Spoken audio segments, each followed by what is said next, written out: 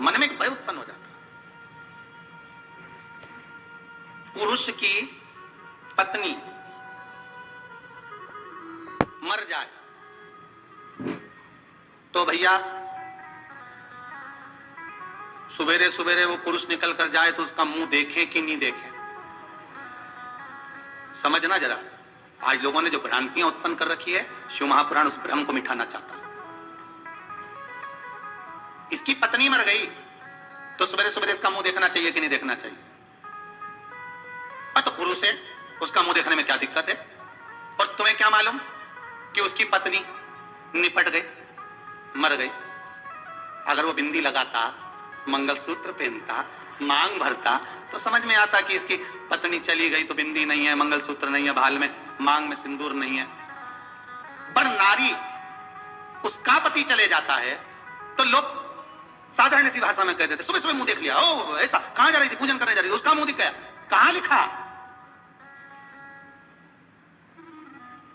जन्म परमात्मा ने दिया है, मृत्यु परमात्मा देते हैं। महाराज, किसका संबंध, किसका साथ, किसके साथ कितना है, ये वो लिख कर भेजता है। तुम किसी का मुख देखकर ये निर्णय नहीं ले सकते कि ये गलत है कि सही है।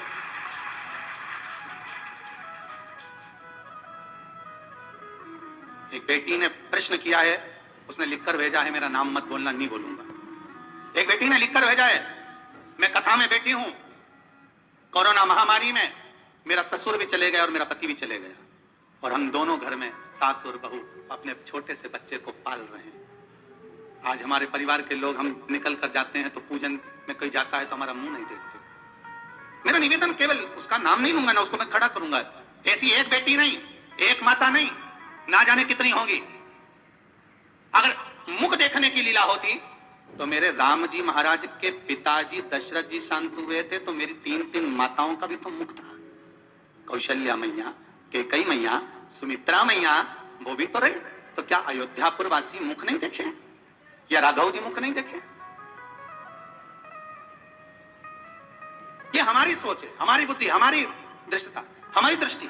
फिर मैं निवेदन करूंगा, पापी को पापी नजर आता है, कपटी को कपटी नजर आता है, बेईमान को बेईमान नजर आता है, धर्मात्मा को धर्मात्मा नजर आता है, पुण्यात्मा को पुण्यात्मा नजर आता है, सत्कर्मी को सत्कर्मी नजर आता है। जिसकी जैसी सोच रहती है सामने वाला व्यक्ति वैसा नजर आता है।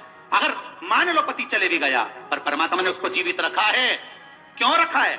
कि जाने वाला तो चले गया, पर तू जितना दान करेगी, पुण्य करेगी, भजन करेगी, स्मरण करेगी, जैसे पति नौकरी करता है और नौकरी करने पर चले जाता है तो पत्नी को आधी तनख्वाह आती है, उसी तरह पति के जाने के बाद पत्नी जितना दान करती है, पुण्य करती है, सत्कर्म करती है, उसका आधा हिस्सा पति के खाते में जाता है। और पत्नी के जाने के बाद पति जो दान करता है, पुण्य करता है, सत्कर्म करता है, पति का करा हुआ उस पत्नी के खाते में जाता है।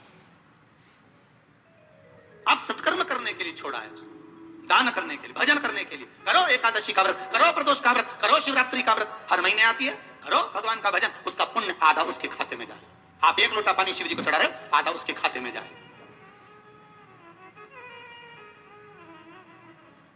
मिलेगा। जब दोनों साथ रहते हैं ना, बहुत ध्यान देना महाराज, पति पत्नी दोनों साथ रहते हैं ना, अच्छा दोनों साथ रहते हैं और साथ रहकर जब सारी पूजन पाठ करते हैं और वो टच करके बैठी रहती है, तब भले खाते में नहीं जाए, पर जब एक रह जाता है, क्योंकि परमात्मा के यहाँ से लिखा है जाना तो किसी को भी आगे पीछे है, वो तो उसके हाथ। एक जब रह जाता तब उसका हिस्से का भाग उधर पहुंच जाता है। शिव कहो, भगवत भक्ति में डूबे रहो, किसी पर आक्षेप लगाना उत्तमता नहीं कि मुख नहीं देखा जाए, या कहां लिखा है, कौन कह रहा है मुख ना देखिए।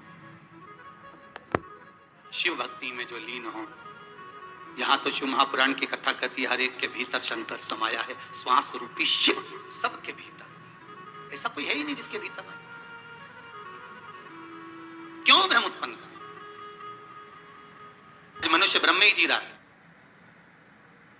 श्री शिवाय नमस्तुभ्यम।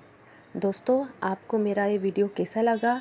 कृपया लाइक, शेयर और चैनल को सब्सक्राइब जरूर करें। नमस्कार।